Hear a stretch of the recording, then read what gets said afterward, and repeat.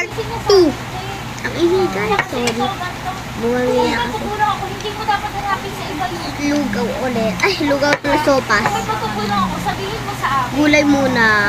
Siyempre para healthy gulay. Sopas. Hayaan, kaya ganun din na nangyari kay Mako. Hayaan mo lang siya. Karot. Kaya ko na lang mga anak Oo, niya. sabi niya. Kasi gusto rin, ayaw din ko siguro nang ginaganyan siya, ginagawa lang siya. Bakit na? Pagkakasal mo yan? Electric kainin na ako. Eh, paano Joke ngayon lang. yan kung mag-iwalay kayo? Ano Kaya pag iwalay kayo, halimbawa, nag-iwalay na kayo ng tirahan. Paano yan yung mga bata kung anong pinaranas ng ama nila kay Sally? Sa kanila, yung papa nila, paparanas na rin yung sa mga anak nila. Yung maliliit pa yan, buti sila matatanda. Sopas. Sabaw na sopas. Gulay. Dapat hindi walay ka para manis mo yung mga bata. Carrots. Pero parang obligasyon mo. Pag ang buhat na kailangan ng pangalan. Oo. Kalimutan na ito, cabbage yata. Hindi natin. Sa mouse, ay, harapin. Tapos ang sabi sa akin ni ate, ay tutulungan talaga sa akin natin. Supportahan ka namin sa upo ng bahay. Maghanap ka ng bahay na 3 to 4,000. Oo. Nakagot namin yun. Pero obligasyon na ay mga anak mo. Hindi niya Tama pwede. yun. Kalimutan mo.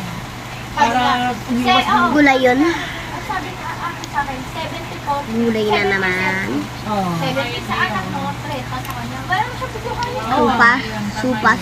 Sopas. Mag-file ka sa Bausi, pagdating sa Bausi, pagka nakasundo kayo sa ganun, ipasa mo sa trabaho mo. Kasi pag hindi siya umaten, ano yan, matatanggal siya sa trabaho. Matatanggal siya sa trabaho. Mamili ka, matanggal na siya sa trabaho. Oo, yun nga. Kapag ayaw niya magsustento eh. Hindi Ingay naman guys. 50-50 kami. 50% sa kanya at 50% sa anak niya. Sabi ko, tama ka. Gulay. Sabi ko, sarili mo ang bubuhayin mo. Dalawang anak mo nasa akin. Yung si Tita Ning mo, nagpabawsi, yun naman sinusustento ng mga bata. Oo, si Tita Neng. Tita Neng yun. Oo, ganun nga eh. Hindi, nagbabawas nga ako. Kanina umaga nagbabawas nga ako. 70% sa bata, 30% sa kanya. Umaten siya. Hindi siya O pag hindi siya umaten, mahiring pa yun. meron pa kami na eh. Sa Ibigay mo Monday, yung- ibigay mo yung pangalawang address hearing. niya. Pangalawang hearing namin sa Monday. Ibigay mo yung address niya sa trabaho. Kaya ngayon- Tapos, pag hindi siya sumipot hanggang pangatlo, ibig sabihin, binabypass niya yung barangay o yung DSWD. Itatanggal mo siya sa trabaho. Ano? Magsusustento ka o matatanggal ka sa trabaho? Ganyan sasabihin.